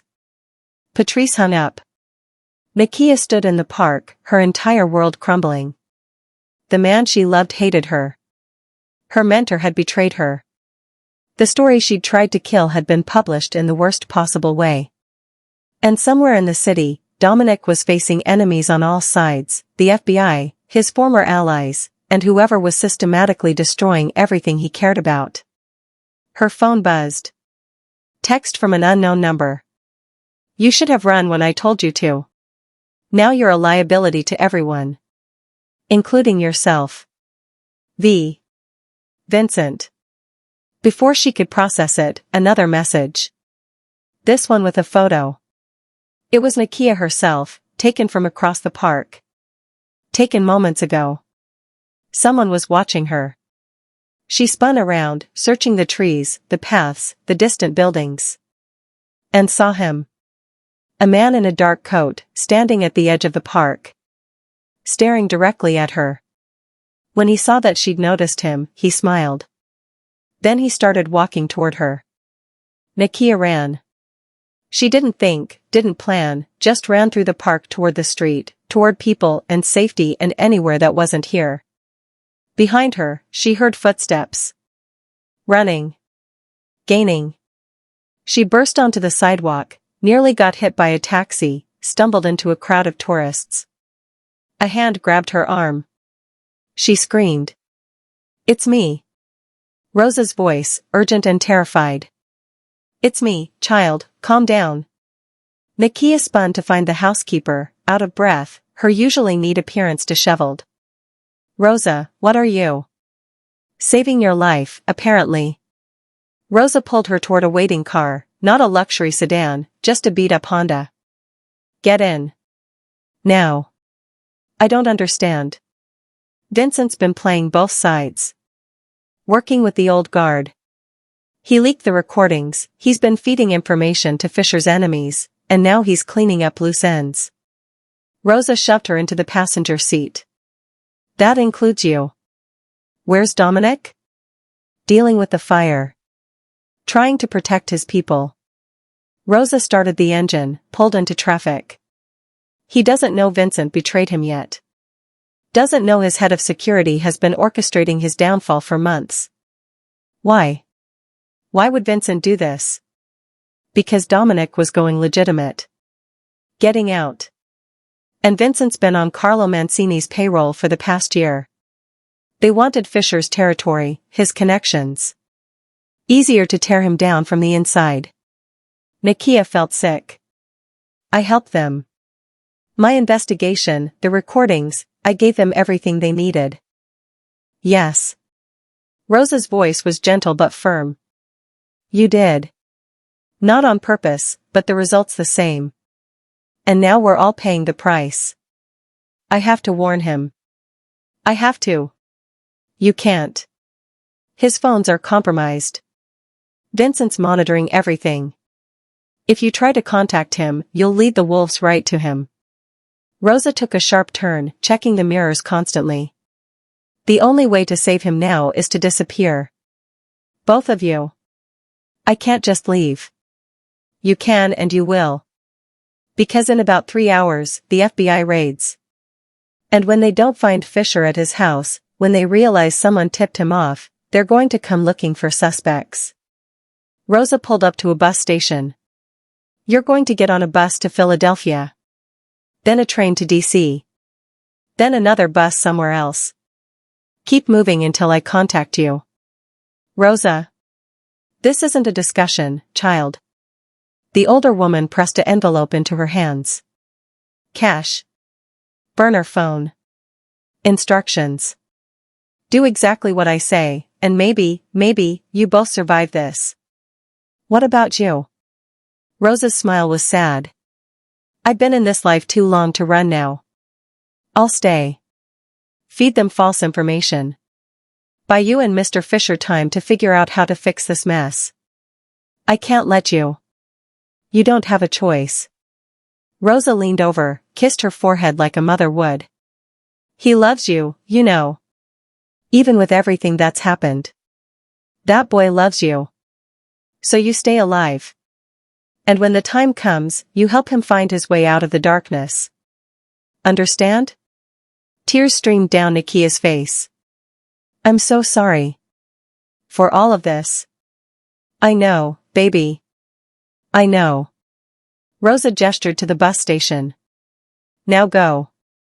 And don't look back." Nakia got out of the car, clutched the envelope, and watched Rosa drive away. Then she turned toward the bus station, toward a future that held nothing but uncertainty and fear and the crushing weight of consequences. She'd come to this city to expose a criminal. Instead, she'd fallen in love with a man she might never see again, destroyed both their lives, and learned that sometimes the truth didn't set anyone free. Sometimes it just burned everything to the ground. Nakia made it as far as the bus station entrance before she stopped. Her hand was on the door, Rosa's envelope clutched against her chest, her entire body screaming at her to run, to survive, to save herself. but her feet wouldn't move. Because running meant leaving Dominic to face Vincent's betrayal alone. It meant watching from a distance as the FBI arrested him, as the old guard tore his organization apart, as everything he'd tried to build, the legitimate future, the chance at redemption, turned to ash. It meant being the woman who'd broken his heart and then abandoned him when he needed her most. I'm not that person. The realization hit her like lightning. She'd spent 3 days lying to Dominic, weeks lying to herself about what this investigation meant. But standing here, facing the choice between safety and sacrifice, she finally understood who she really was. Not just a journalist chasing a story. Not just a woman who'd fallen in love at the worst possible time. She was Nakia Barakat. Daughter of a man who'd died fighting for his community. Raised to believe that some things mattered more than self-preservation. And the man she loved was about to walk into a trap. She pulled out the burner phone Rosa had given her. Dialed the number written on the envelope. Rosa answered on the first ring. Please tell me you're on that bus. I can't run. Not while he's in danger. Child. Vincent's been playing everyone, right? The FBI, the old guard, Dominic? Nakia's mind raced, journalist instincts firing. Which means he has to be physically present to coordinate everything. He can't do this remotely. What are you thinking? I'm thinking Vincent doesn't know that you know he's a traitor. He thinks you're just the housekeeper. Which means you can get close to him. Rosa was quiet for a moment. Then, I'm listening. We need proof of his betrayal. Real proof. Something we can give to Dominic that will make him see the truth before the FBI raid tonight. Nakia paced in front of the bus station. Can you access Vincent's office? He keeps it locked. Can you get in anyway? A pause. Then Rosa laughed, sharp and determined. Girl, I've been picking locks in this house since before you were born. But what am I looking for? Phone records. Financial statements. Anything connecting him to Carlo or the old guard. Nakia checked the time. The FBI raids in 3 hours. We need evidence before then. And what will you be doing while I'm breaking and entering? Something stupid. Nakia was already moving, heading away from the bus station, back toward the city. I'm going to find Dominic and tell him the truth about Vincent. Even if he doesn't believe me. Even if he still hates me. He deserves to know. Nakia, Vincent has people looking for both of you. If you surface, then they'll find me. But at least I'll die trying to fix this instead of running from it. She felt strength building in her chest, purpose replacing fear. My whole career has been about exposing the truth, Rosa. Time I started living up to that. Your father would be proud of you. Terrified, but proud. Tears stung Nakia's eyes. Help me save him. Please. Already on it.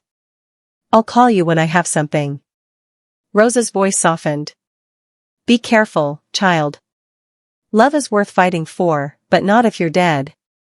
After they hung up, Nakia stood on the street corner, thinking. Where would Dominic go? His house was burning. His phones were compromised. Vincent was hunting him. He'd be somewhere safe, somewhere he could coordinate his people's protection, somewhere. The restaurant. His mother's dream. The one legitimate business in his portfolio. The place he'd told her about during one of their late-night conversations, when he'd been unguarded and hopeful. It's called Lucia's. I built it exactly the way she'd planned, every detail from her notebooks. It's the one pure thing I've created. Nakia flagged down a taxi. Lucia's occupied a corner in Little Italy, understated and elegant with cream-colored walls and soft lighting. Through the windows, Nakia could see it was closed, chairs stacked on tables. But a light burned in the back office. She tried the front door. Locked. Went around to the alley entrance, found it slightly ajar. Her heart hammered as she stepped inside. The kitchen was pristine, professional-grade equipment gleaming in the dim light. It smelled like basil and possibility, like every dream she'd ever had about creating something beautiful. You shouldn't have come here. Nakia spun to find Dominic standing in the office doorway. He looked exhausted, dangerous, haunted. And so beautiful it hurt. I know, she said. But I needed to warn you. Vincent is a traitor. I know. He held up his phone. I figured it out about an hour ago. Cross-referenced some financial records, made a few calls. He's been working with Carlo for months. Maybe longer. Oh. Relief and disappointment warred in her chest. So you don't need me here. I didn't say that. He stepped into the kitchen, maintaining distance but watching her with an intensity that made her breath catch. I said you shouldn't have come. Not the same thing. Dominic. Why aren't you on a bus to Philadelphia? Rosa had instructions to get you out of the city. How did you? Because I know Rosa. And I know she'd try to save everyone, even the woman who destroyed me. His voice was rough. You should have gone. I couldn't. Nakia took a step closer. Not while you were in danger. Not while Vincent was. So what, you're here to save me now? The journalist playing hero? But there was no heat in his words. Only weariness. I'm here because I love you. And because I'm done running from hard truths. She met his eyes. You were right. About everything. I came here with assumptions. I saw what I expected to see. I didn't wait for the full picture. And I hurt you. Betrayed you. Became exactly the kind of person I always swore I'd never be. Nakia. But I'm also the person who fell in love with a man brave enough to try to be better than his father. Who plants his mother's roses and makes breakfast taste like home and wants to build something legitimate out of a legacy of violence. Tears streamed down her face. So I'm here. And I'm not leaving. Even if you hate me. Even if there's no future for us. I'm standing with you until this is over. Dominic closed his eyes. You make it very hard to stay angry at you. Good. Because we have about 2.5 hours before the FBI raids, and we need a plan. He laughed, broken and beautiful. We? She crossed the distance between them, stood close enough to touch but didn't. If you'll have me. For a long moment, he just looked at her. Then he reached out, cupped her face with both hands, and kissed her. It was desperate and gentle and tasted like grief and hope tangled together. Nakia kissed him back, pouring everything she couldn't say into it, apologies and promises and love so fierce it terrified her. When they broke apart, Dominic rested his forehead against hers. I don't forgive you yet, he whispered. But I want to. God help me, I want to. That's enough. For now, that's enough. Her phone rang. Rosa. Nakia answered on speaker. Tell me you have something. Better. I have everything. Rosa's voice crackled with triumph. Bank statements showing payments from Carlo to Vincent. Emails coordinating the leak to the press. Text messages planning tonight's raids. And a recording. Vincent made his own recording of a conversation with Carlo, probably as insurance. They're planning to kill Dominic during the FBI raid. Make it look like he resisted arrest. Ice flooded Nakia's veins. Dominic's expression went deadly. Where are you? He asked Rosa. Still at the house. Downloading everything to a secure drive. But Dominic, Vincent knows something's wrong. He's on his way back here. I have maybe 10 minutes. Get out. Now. Take the evidence and get somewhere safe. Not yet. There's one more thing I need to. A crash in the background. Rosa's sharp intake of breath. He's here. He's early. I have to. The line went dead. Dominic was already moving, pulling out phones, barking orders to people Nakia couldn't see. Get to the estate. Now. Vincent's there and so is Rosa. I want every person we can trust there in 15 minutes. He looked at Nakia. Can you drive? Yes. Then let's go save Rosa. He grabbed a jacket, checked something in the inside pocket, a gun, Nakia realized with a jolt. And then we're going to end this. Vincent, Carlo, all of it. Tonight. How? His smile was sharp as a blade. We give the FBI exactly what they want. Just not the way anyone expects. Are you feeling this momentum shift? Drop a comment with your predictions for how this ends.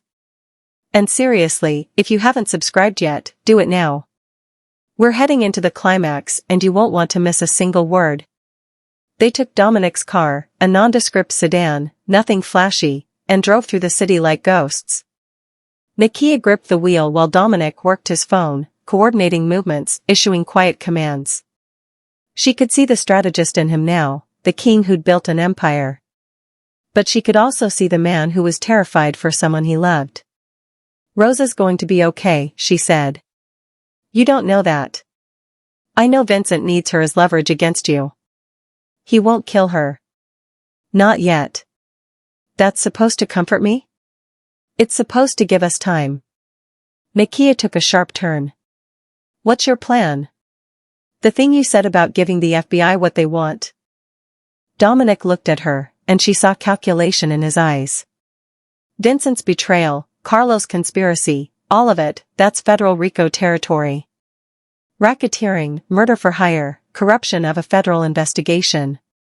If we can hand that to the FBI instead of my organization, they'll go after the real criminals. Let you walk in exchange for cooperation. Maybe. If they believe us. If we can prove Vincent orchestrated everything. He exhaled. It's a long shot. Better than no shot. They pulled up 3 blocks from the estate. Dominic's people were already there, a handful of men and women who looked more like accountants and lawyers than criminals. This is your organization? Nakia asked. The ones who wanted to go legitimate with me, yes. The others, the ones who liked the old ways, they're with Vincent now. We've been heading toward civil war for months. Tonight just forced everyone to choose sides. A woman approached, late 30s, sharp-eyed, carrying a tablet. Sir, we've got eyes on the house. Vincent's in his office.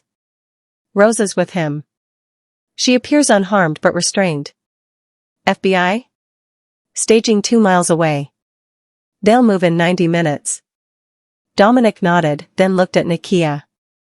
Last chance to walk away. This gets ugly from here. She took his hand, laced their fingers together. I'm not going anywhere. Then let's go get our family back. He squeezed her hand once, then turned to his people. Here's what we're going to do. As he laid out the plan, brilliant, insane, perfectly calculated, Nakia realized something that made her heart soar despite the danger. He'd said our family.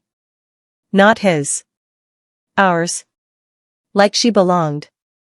Like they had a future. Like maybe, against all odds, love could survive even the worst betrayals.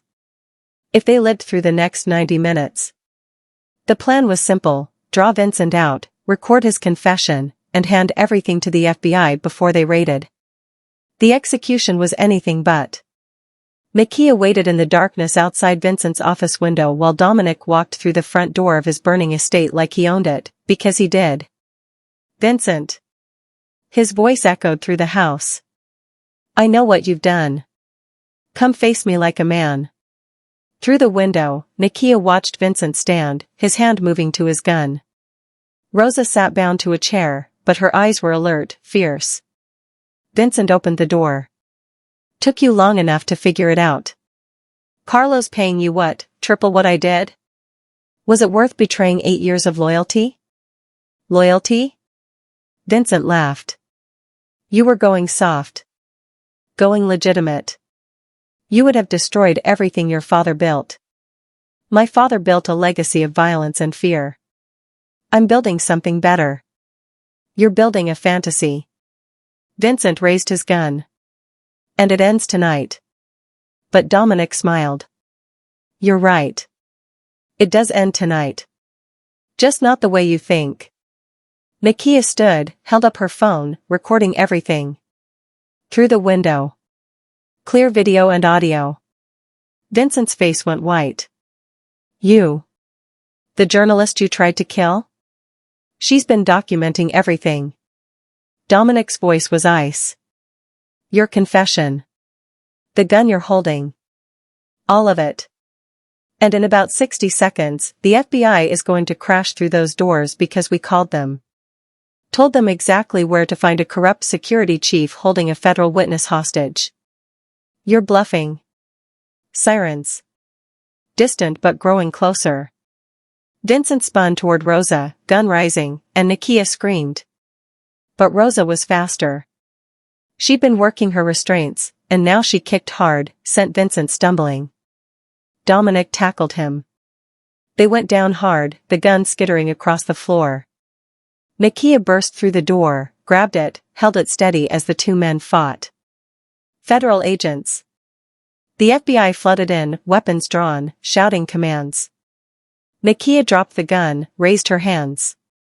Watched as they separated Dominic and Vincent, as they found Rosa, as everything happened at once. An agent, sharp-eyed, authoritative, approached her. You Nakia Barakat? The journalist? Yes. We need everything you've got. Now. She handed over her phone. The recordings. Rosa handed over the flash drive with Vincent's files. And as the FBI arrested Vincent, as they led him away screaming threats and denials, Dominic found Nakia's eyes across the chaos. He mouthed, "Thank you." She mouthed back, "I love you." For the first time in hours, she believed they might actually survive this. 3 months later. The courtroom was packed. Nakia sat in the gallery, her hands folded in her lap, watching as the judge reviewed the final documents. Beside her, Rosa squeezed her hand. "Breathe, child," the older woman whispered. "It's almost over." At the defendant's table, Dominic sat in a tailored suit, his lawyer beside him. He looked calm, controlled, but Nakia knew him well enough now to see the tension in his shoulders. 3 months since that night. 3 months of FBI interviews, grand jury testimonies, and endless waiting.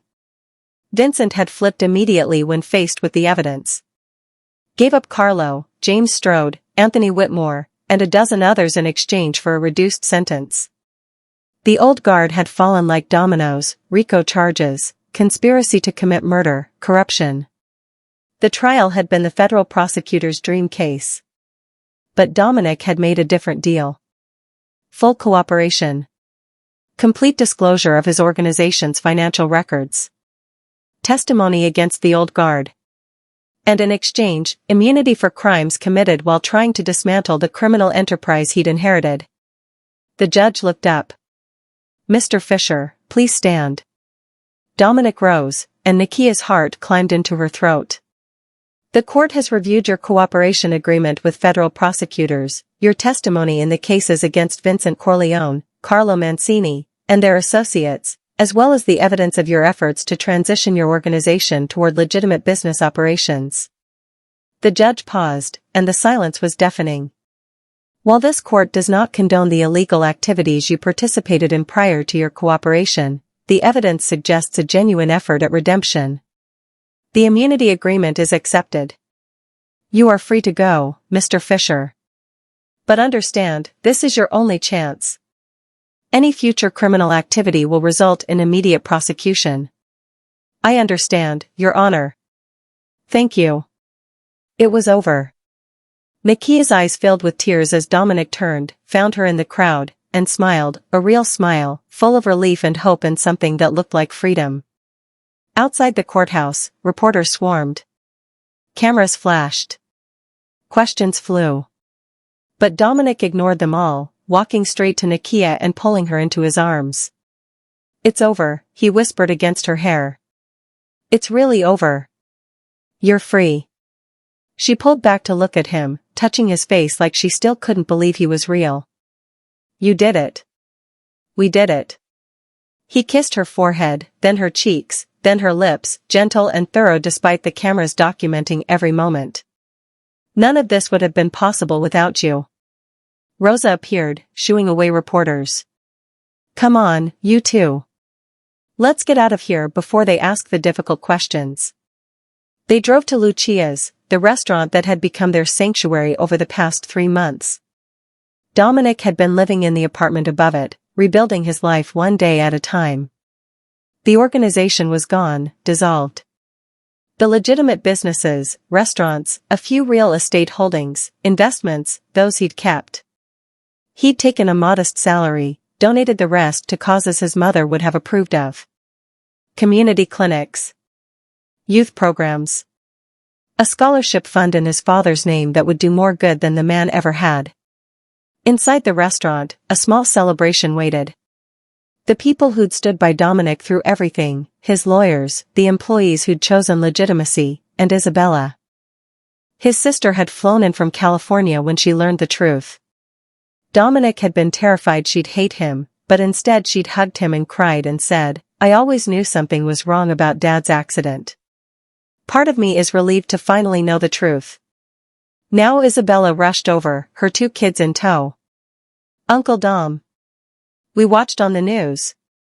Dominic scooped up his niece, laughing in a way Nakia had rarely heard. Free. Unburdened. What do you think, Sophia? Your uncle's not going to jail. Good. Mommy said you're a good guy who made mistakes. And good guys deserve second chances. Over her head, Dominic met Nakia's eyes, and the emotion there stole her breath. Later, after the celebration wound down and the last guests left, they stood together on the restaurant's rooftop terrace. The city sprawled before them, lights twinkling like promises. I have something for you, Dominic said, pulling out a folder. Nakia opened it. Inside was a deed to a small building in Brooklyn. What is this? A community center. In your father's name. With a clinic, a community kitchen, meeting spaces. He stepped behind her, arms wrapping around her waist. I can't undo the harm my organization did. But I can try to build something good. Something he would have been proud of. Nakia turned in his arms, tears streaming freely now. Dominic. I love you, Nakia Barakat. I love your fierce heart and your impossible idealism and the way you see the best in people even when they can't see it themselves. He cupped her face. You saved me. In every way a person can be saved. So I want to spend the rest of my life making sure you never regret it. I could never regret you. Even though I'm just a boring restaurant owner now? No empire, no danger, just a man trying to make decent pasta and be worthy of an extraordinary woman? She laughed through her tears. Especially because of that. He kissed her then, slow and deep and full of promises they'd both keep this time. When they broke apart, Nakia said, I have something too. My article came out today. She'd spent 3 months writing it, not the exposé Patrice had published, but the real story. The true story. About redemption and second chances and the complicated nature of morality. The king who chose differently, one man's journey from crime lord to legitimate businessman. It had been picked up by a major magazine. Won her a fellowship. And more importantly, told Dominic's story with the nuance and humanity it deserved. I read it, he said softly. 3 times. You made me sound almost heroic. You are heroic. Not despite your past, but because you chose to be better than it. We chose, he corrected. Neither of us would be here without the other. Rosa appeared at the rooftop door. Sorry to interrupt, but Nakia, your mother's on the phone. She wants to know if you're bringing Dominic to dinner on Sunday. Nakia grinned. Tell her yes. And tell her to make extra full medams. After Rosa left, Dominic pulled Nakia close again. Your mother still terrifies me. Good. She should. She's protective. Can't blame her. You're worth protecting. He kissed her temple. So what now? What does our future look like? Nakia looked out at the city, at the life they were building together from the ashes of everything they'd destroyed and survived. I think it looks like Sunday dinners and community centers and really good pasta. It looks like being honest, even when it's hard. It looks like choosing each other, every single day. I can live with that. Dominic smiled, the kind that transformed his whole face, made him look like a man who'd finally found his way home. Actually, I can't wait to live with that. They stood together as the city lights glowed around them, two people who'd found each other in the darkest circumstances and chosen love anyway. It wouldn't always be easy. They'd have to work through the lingering hurt, build trust day by day, prove to each other that they were worth the risk. But standing there, wrapped in each other's arms, with their whole lives ahead of them, they were ready. Ready for second chances. Ready for redemption. Ready for love that was finally, beautifully, honestly real. Epilogue, 1 year later. Nakia stood in the kitchen of Lucia's, watching Dominic teach a cooking class to teenagers from the community center. His patience, his joy, his gentle encouragement, this was who he'd always been underneath everything else. This was the man she'd married 3 months ago in a small ceremony with Rosa officiating and Isabella standing as maid of honor. Her phone buzzed.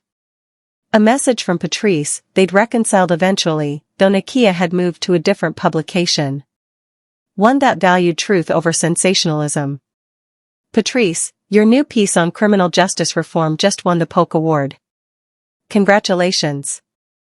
Nakia smiled. The awards were nice. But this, watching Dominic laugh with kids who needed positive role models, building something meaningful together, waking up every day next to a man who'd proven that people could change, this was the real prize. Mrs. Fischer, Rosa called from the dining room, your mother wants to know what time we're coming for Sunday dinner. Mrs. Fischer. She still wasn't used to it. Still felt a thrill every time she heard it. Dominic looked over, caught her watching him, and winked. And Nakia knew, with absolute certainty, that every risk had been worth it. Every lie had led to truth. Every betrayal had led to trust. Every broken piece had led to something whole and beautiful and real. This was their happy ending. And their beautiful beginning. The end. So, what did you think? Did this story grab your heart and not let go? I need to hear from you in the comments. Tell me. What was your favorite moment between Nakia and Dominic? Did you see the twists coming? Should I do more stories like this? And if you loved this journey, if you felt every emotion right alongside these characters, then please hit that subscribe button. Share this story with someone who loves romance, redemption, and second chances. Let's build this community together. Thank you for being here. Thank you for reading. Thank you for believing that even in the darkest circumstances, love can find a way. Until the next story, stay blessed, stay hopeful, and keep believing in second chances. Red Heart.